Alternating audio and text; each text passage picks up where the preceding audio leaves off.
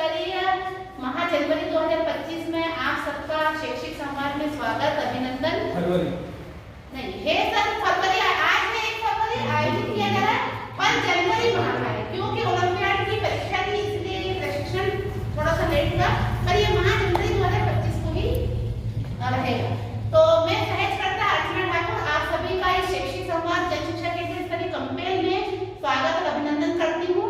आज इस शैक्षिक संवाद के बाद हम जो विषय पर चर्चा करेंगे उस पर एक साझा समझ बना पाएंगे और हम सभी एक दूसरे के अनुभव से लाभान्वित होंगे। मैं आशा करती हूँ कि आज हमारा चौथा शैक्षिक संवाद जैसे हर प्रकार सफल होता है उसी प्रकार सफलता की शिखर को छुएगा और हम सभी एक साझा समझ बनाएंगे और हमारे कक्षा में इस अनुभव को साझा भी करेंगे। टॉपिक है, सबसे पहले हमने अपने स्वागत अभिनंदन से परिचय करा दिया। अब संवाद के दौरान साझा नियम, हमेशा हमारे शैक्षिक संवाद के कुछ नियम रहते हैं। अब मैं आप ही से पूछूंगी कि जो हमारे शैक्षिक संवाद के नियम है वो क्या है मैडम? तो समय पर नियमित उपस्थित होना है, सबको भाग लेना उसमें, सभी की सहभागिता, सभी की समय पर उपस्थित होना है। जो भी नियम बने उनका पालन करना है, जो भी नियम बने उनका पालन करना है। परमार सर, समय से आना, समय से आना। और एक महत्वपूर्ण चीज है जो हमारा इंस्ट्रूमेंट है मोबाइल, हाँ उसे साइलेंट या वाइब्रेशन मोड में रखना ताकि सभी डिस्टर्ब ना हो। सर आप नियम बताइए होगा। मोबाइल फोन बंद रखना, समय पर उपस्थित होना, सभी की सफल सहभागिता और सभी की बातों का सम्मान करना। जब एक बोल रहा है तो सभी उसकी बातों को सुने और बाद में अपना फीडबैक दें।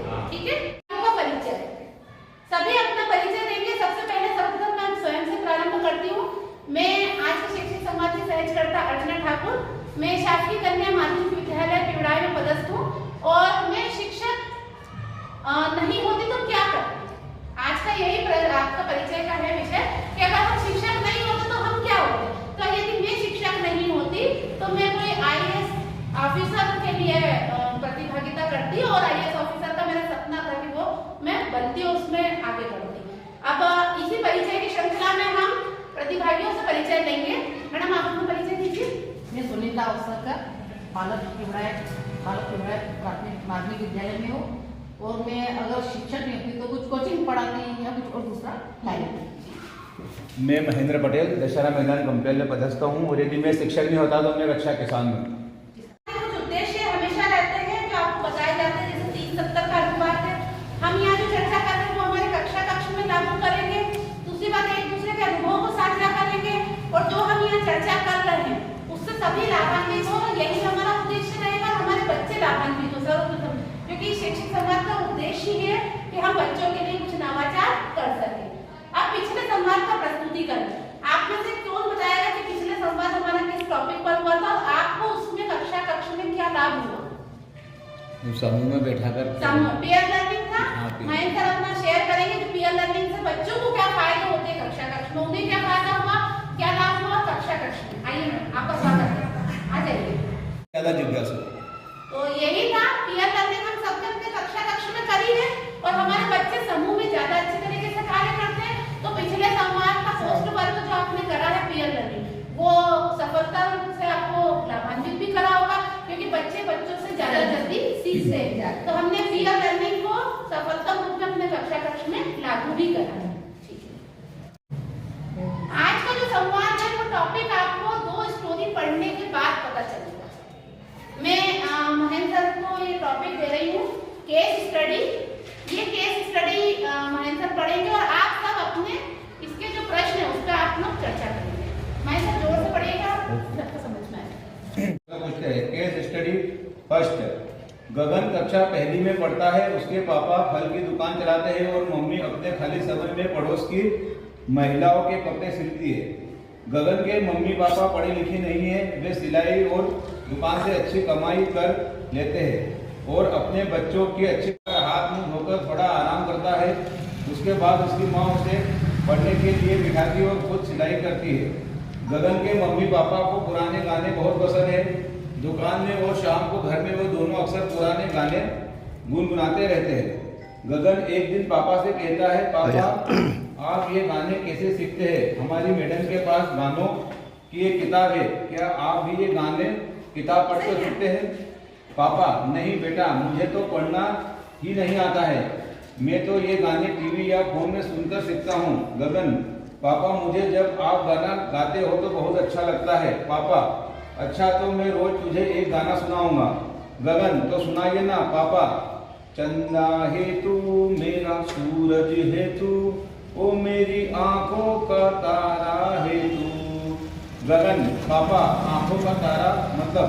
पापा इसका मतलब है कि गगन ऐसे ही मम्मी पापा से गाने कहानियां सुनता है और नए शब्दों के अर्थ पूछता है। पापा मम्मी खुशी खुशी बच्चे को उन शब्दों का मतलब बताते हैं। रिद्धि कक्षा चौथी में पढ़ती है। उसके मम्मी पापा खेती का काम करते हैं। वे सारा दिन काम में व्यस्त रहते हैं। मम्मी पापा ज़्यादा पढ़े लिखे नहीं हैं, इसलिए रिद्धि का होमवर्क नहीं करा पाते हैं। लेकिन उससे रोज पूछते हैं कि स्कूल में क्या क्या हुआ। मम्मी पापा उपलब्धता के अनुसार हर शाम रिद्धि के साथ बैठते हैं और उसकी नोटबुक में देखते हैं कि रिद्धि ने आज स्कूल में क्या पढ़ा। वे उसे रोज होमवर्क पूरा करने के लिए प्रोत्साहित करते हैं।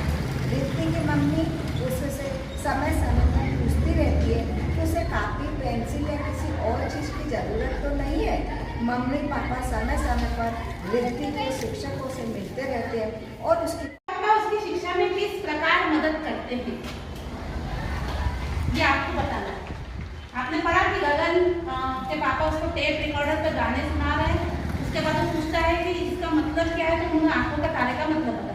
तो वो किस प्रकार उसकी शिक्षा में मदद करते हैं? नए शब्द नए शब्द भंडार है ना। जबकि उसके पापा क्या है, शिक्षित नहीं है, तो वो सहभागिता तो कर रहे हैं उसकी शिक्षा में। मतलब इससे ये कंक्लूजन निकलता है कि क्या माता पिता का शिक्षित होना अनिवार्य है बच्चों को सिखाने के लिए?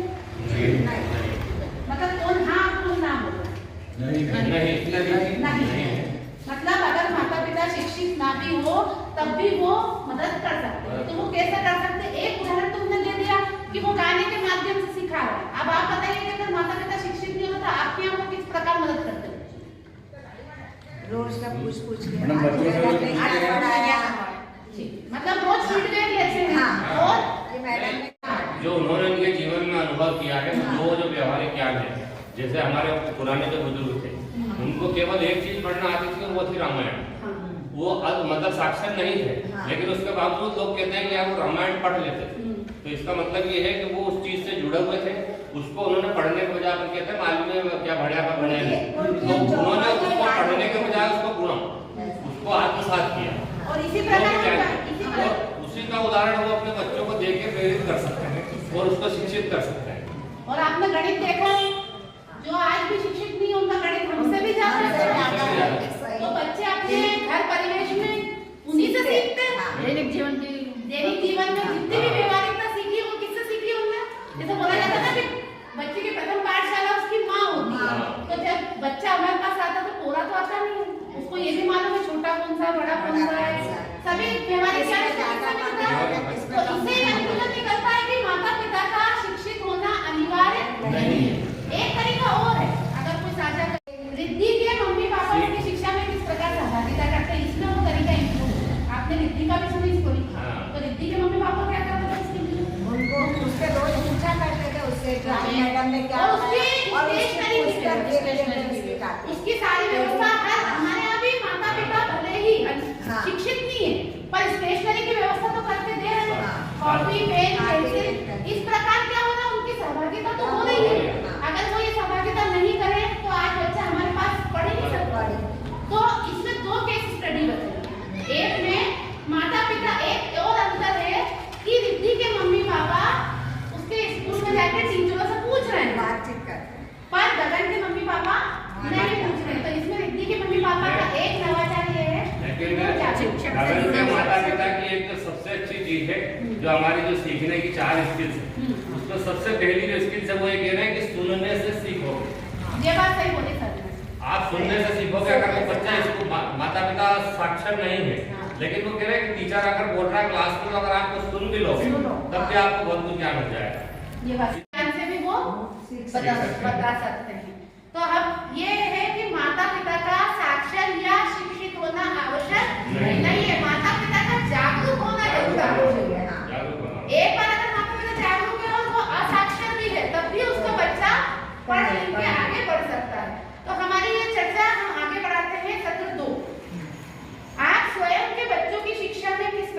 सहभागिता करते हैं। अब यहाँ पे सत्र 2 में आपको अपने बच्चों के लिए आपने सहभागिता कैसे करें उस पर ही चर्चा करनी है कि आपने अपने बच्चों को किस प्रकार घर में और क्या किसी क्षेत्र में मदद करा है। तो इनके बच्चे छोटे हैं वो बता सकते हैं, और वैसे भी पहले भी इंडायरेक्टली हमारे जब आपके बच्चे छोटे होंगे तो आपकी मदद करेंगे, तो कौन साझा करेगा कि आपके बच्चों की किस प्रकार हेल्प करें। सर के बच्चे तो वैसे भी बहुत अच्छे पढ़े लिखे हैं, तो सब बताएंगे। नहीं वही तरीका वही है कि सबसे पहले जैसे बच्चों बच्चे को स्कूल से पूछा आते जाए हैं कि तो- स्कूल में क्या हुआ है आपने ये और करा है जो कमजोर बच्चे अपना पर्सनल अनुभव बताना है इसमें कि हाँ। मैंने क्या करा। हाँ अगर कोई नवाचार करा आपने जो स्कूल की तरफ से नहीं भी हो रहा होगा वो भी डिस्कस करना है। नहीं आवाज होती रहे प्रतिदिन, केवल उनको ये समझ में आता रहे कि हमारे माता पिता का ध्यान है इस ओर, ये बहुत बड़ी बात होती है। मतलब केवल हमने अपने अगर एक- बच्चों को सतत रूप से लगातार रूप से मॉनिटरिंग में रखा है कि बच्चे कैसा पढ़ रहे हैं और क्या कर रहे हैं। अब मैं गोयल मैडम से पूछूं कि उन्होंने अपने बच्चे की शिक्षा में क्या करा है, क्या है। मैंने तो क्या करा बताऊं, इनकी जो पेरेंट्स मीटिंग होती थी टीचर पे उसमें जाया करती थी, वो उसकी सारी जो भी कमियां होती थी वो मुझे बताया करती थी। अच्छा, मतलब मैडम ने पीडीएम हाँ। रेगुलर फॉलो करा है और फीडबैक लिया। और फिर वो बताया करते थे कि देखो यानी उस वक्त मैं टीचर नहीं बनी थी तब मैं अच्छा। भाभी जी बोला करते थे मेरे। अच्छा, भाभी जी बोला। तो मैडम आप बताएं आपने भी बच्चा विषय में बच्चों को टीचर से मतलब मुलाकात रखते थे, पूछते थे उनसे होमवर्क करने के लिए दो दिन भी मिलते थे। वो इनडायरेक्टली हमारा जॉब भी ऐसा है कि हम सिर्फ बच्चों को या तो सुविधा अवेलेबल करा सकते हैं और या फीडबैक ले सकते हैं कि स्कूल में कितना पढ़ाया और क्या किया, क्योंकि हम खुद एक अर्निंग जॉब में है तो हम बच्चों को बिठा के सुविधा तो दे सकते हैं, टाइम की थोड़ी सी समय की कमी रहती है, पर हाँ हमने अपने बच्चों को रेगुलर फॉलो भी करा है और फीडबैक भी दिया है। आपके अनुसार अपने बच्चे में मदद कर रहे हैं, मतलब इसमें माता पिता का इन्वॉल्वमेंट तो यही आज केस स्टडी से ये विषय निकला है, बच्चों की शिक्षा में उनके माता पिता की सहभागिता। आज के संवाद का विषय भी यही है, एक जनरल विषय जो आज हमको हमारे विषय वस्तु से अलग हट के मिला, इसका हम रोज कार्य करते हैं सभी टीचर्स। कहीं ना कहीं आते जाते हम अपने बच्चों के माता पिता से मिलते हैं, मिल रहे हैं और यही टॉपिक आज हमको दिया गया है। पर इस सहभागिता को बढ़ाना कैसे? अभी जो हमारी सहभागिता है वो एक फॉर्मल वे में, अब उन्होंने सहभागिता का अर्थ दूसरे तरीके से समझाया, इसी संवाद में उस पर हम आज चर्चा करेंगे। हम सत्र 1 पर बात करते हैं संवाद के विषय पर साझा बनाना। बच्चे आपके अनुसार बच्चों की शिक्षा में उनके माता पिता की सहभागिता क्यों महत्वपूर्ण है? बच्चों की शिक्षा में उनके माता पिता की सहभागिता क्यों इम्पोर्टेंट है? प्रथम गुरु तो वही है, प्रथम गुरु प्रथम गुरु वही है, प्रेरक के रूप में काम करते हैं।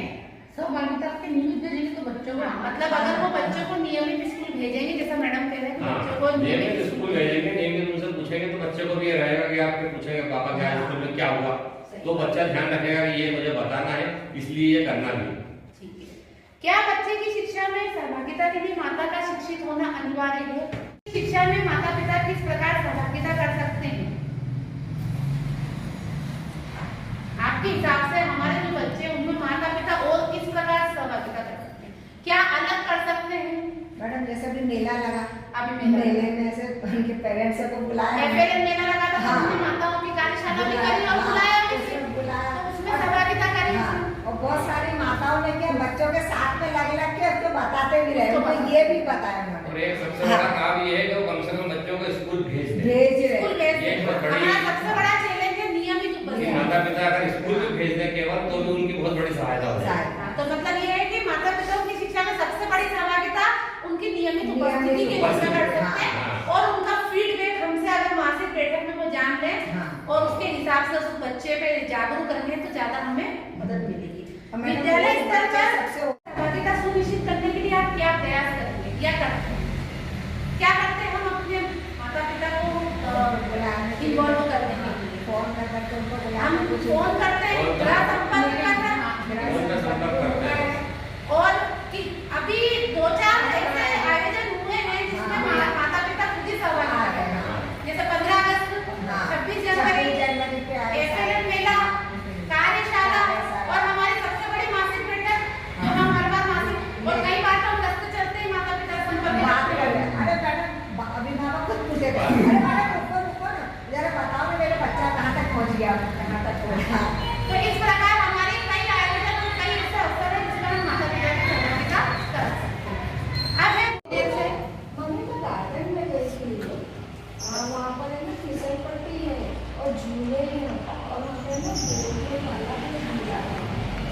अच्छा अच्छा, आज मेरी तबीयत ठीक नहीं है बेटा, बस तुम टोकने के बर्तन जमा लोगी क्या?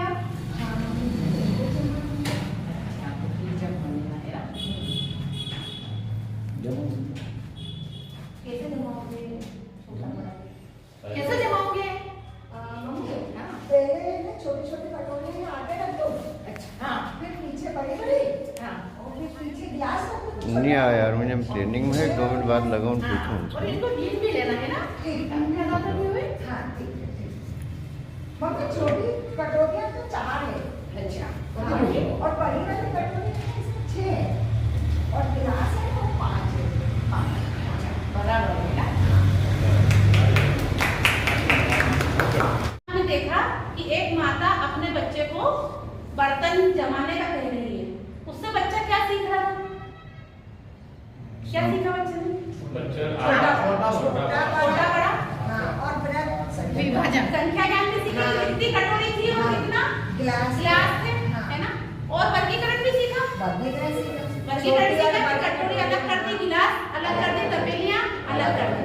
तो इसी प्रकार हमें पेरेंट्स को ये बताना है कि भले आप शिक्षित नहीं हैं, पर आप बच्चों को ज्ञान दे सकते हैं। हम जब अपनी पेरेंट्स मीटिंग होती, मासिक बैठक होती, तो हम बच्चे के लिए 2 सूचनाएं प्रेषित करते हैं। आप बच्चे को समय से स्कूल भेजिए, पहला ये है ना, और आप हमें फीडबैक लेने और मासिक बैठक में जरूर उपस्थित हुई। ये हमारे जनरल क्वेश्चंस रहते हैं या सूचनाएं रहती हैं।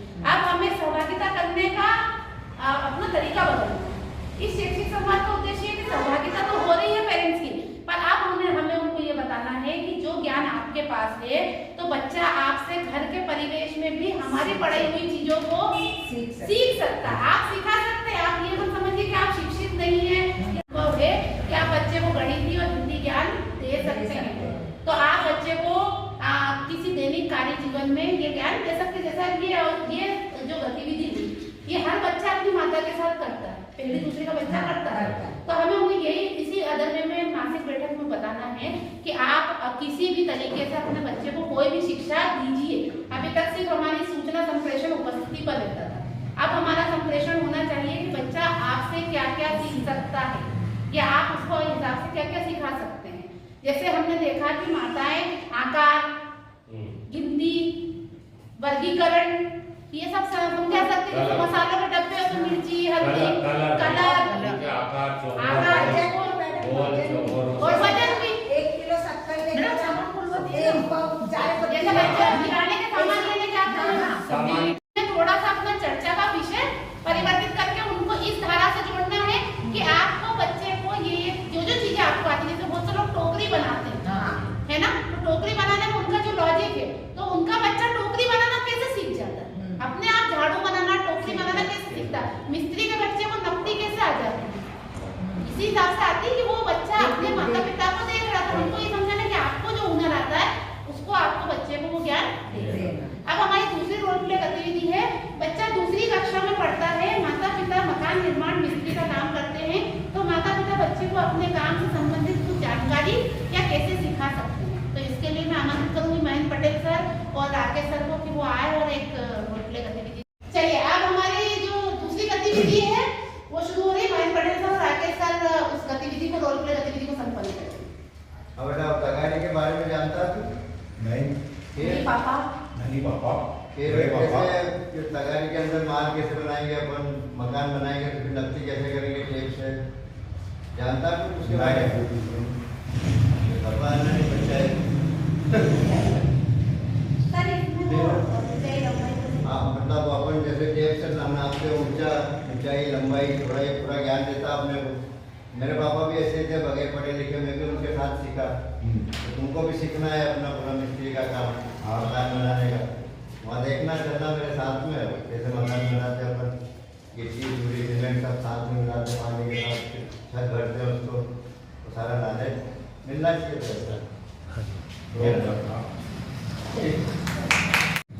जैसे माता पिता, अभी हमने रोल प्ले गतिविधि में देखा कि जो पेरेंट्स मिस्त्री का काम कर रहे हैं वो अपने बच्चों को ऊंचाई, लंबाई, इन सबके बारे में बता सकते हैं। उनके बच्चों को नॉलेज भी रहता है कि वो कैसे नकदी करना है।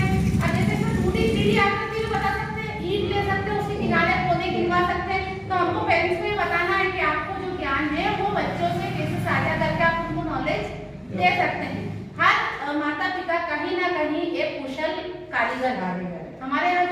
आते हैं उनके सभी माता पिता में कोई ना कोई हुनर है। किसी को सिलाई का काम अच्छा आता है, कोई किसानी अच्छा करता है, फसल के बारे में, मिट्टी के बारे में। जैसे इसी रोल प्ले गतिविधि थी, बच्चा तीसरी कक्षा में पढ़ता है, बच्चे के माता पिता किसान हैं, माता पिता बच्चे को अपने काम काज से संबंधित चर्चा करके कुछ सिखा सकते हैं। तो किसान व्यक्ति मिट्टी के प्रकार, फसल के, ये हमारे बच्चों को हमसे ज्यादा नॉलेज है क्योंकि हमारे बच्चे किसानी वर्ग से आते हैं।